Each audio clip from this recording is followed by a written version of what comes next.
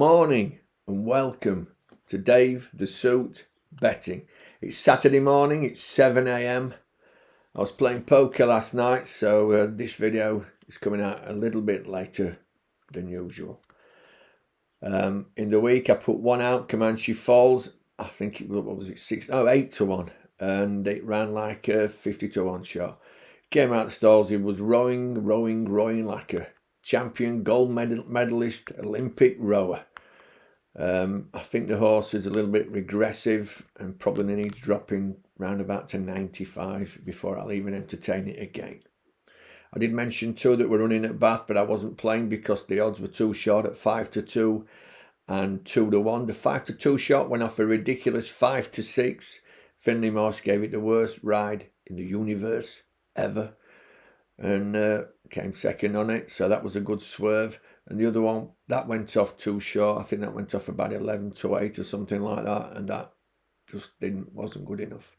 So one selection and it lost, Comanche Falls. I've only got one for today, Saturday. The other one I did actually have two. The price has collapsed from 5 to 1 to 7 to 2. So here's my only selection for Saturday. Here's the race that interests me. So this is the race I'm looking at. It's the 140 at Newmarket over the 7 furlongs on the roller, and the going is good and the stalls are drawn centre.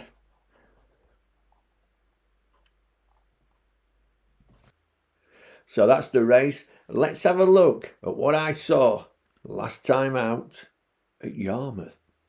In is the one here in the pink and green colours. This is at Yarmouth over 7 furlongs. Ready to rumble, and they're out.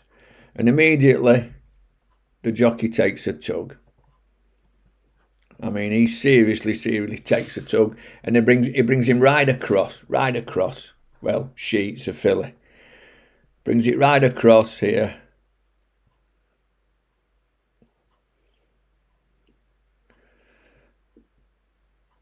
So we're at the 6 and it's in last. So we joined the main track at Yarmouth off the straight track, and we're now on the running. And here we are at the back. 1, 1.5, 2.5, 3, 4.5, 5.5, 6.5, 7 lengths off the leader, and 5.5, 6 lengths off the second and third. So the jockeys decided to go to the far side. Bearing in mind, it was drawn widest of all. So now he's on the far side. Still in last. So we're coming to the 2. And he's way behind with a wall of horses. Now the only way you're going to go through these horses is if, I don't know if that's a gap, or you can go on the far side and round, or you can bob and weave in and out of horses. So what's the jockey going to do? So it kind of comes wide of this one. Looks like he's going to go for this gap here. No, he's still behind horses, still behind. 2 furlong pole past. And he's moved it wide of this horse. Now he's still not hit the horse. This jockey here is hitting. They're all rowing along, but he's still doing okay. We're coming to the 1 pole. He's still going okay. He's not hit the horse yet. He's not hit the horse. He's going okay. He hits it there. One whack. Waves the wand around. Now we're at the half pole here. The half pole. That's 110 yards. And he's pushing.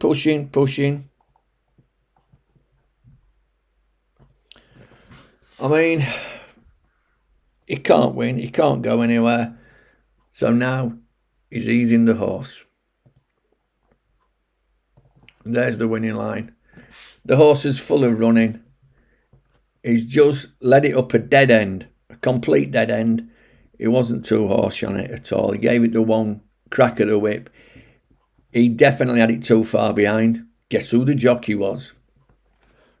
So Fondo Blanco, if you watch the replay of this race at Doncaster all day long, just watch it in normal speed. Fondo Blanco wins the race. But it must have been on the nod, and 60 G's Baby actually won. But if you watch it in normal speed, you think Fondo Blanco got up. Now, the speed rating for this race is half decent, but it's over 6. It did stay on Fondo Blanco, and it did look like it might come on for the race. It's a good-looking horse. Art Market, the Willie Aggie horse.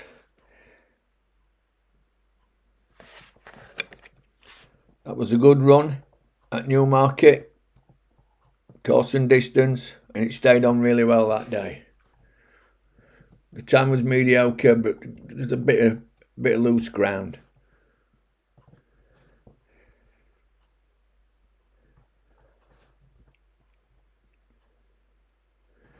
It has had plenty of runs.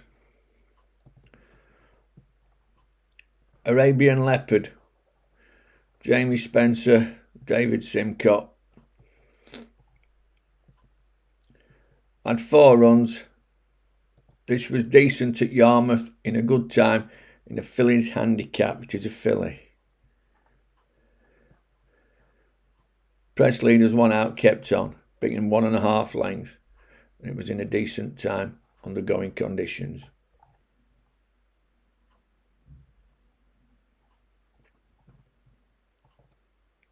We Dare to Dream.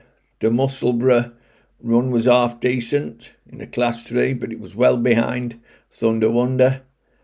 And then next time it won at Beverley at over 7 furlongs. It did have the benefit of a good draw there as well.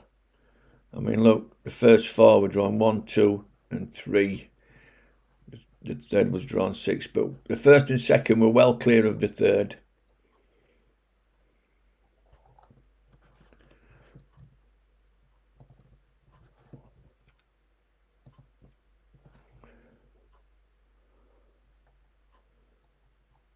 I have looked at the rest. There's not much to say about them, to be honest. Well, as you can see, came out so-so, not well at all. In last, all the way around, moved it on the inside, and then when he came with his run, he gave it a crack. The horse stayed on really well, given far too much to do. And he was very easy on the horse. Jamie Spencer with a classic ride. And he's on it today. Now, it's Newmarket. If he does the same ride, I think he's got a good chance of winning, because the more likely to come back to him. It's a stiffer track. I make this a 7-2 shot. This morning, it's 11-2. My main concerns are Fondo Bianco, the favourite. I'm not that concerned about the one of Hagis's, the Fort Market. And Dare to Dream's got a squeak. But as I said, I make it a 7-2 shot. Arabian Leopard, 11-2 each way in the 140 at Newmarket. If anyone's interested, my other selection was 5-1 last night. It had run a race at Epsom, and it was stepping up now to a mile 2. It's out of Frankel, and it's now 7-2 favourite for the 4 o'clock Something Adventure. I actually make it a 7-2 shot, so I'm not playing at 7-2. This is Dave the Soup. One selection only for Saturday. Bye for now.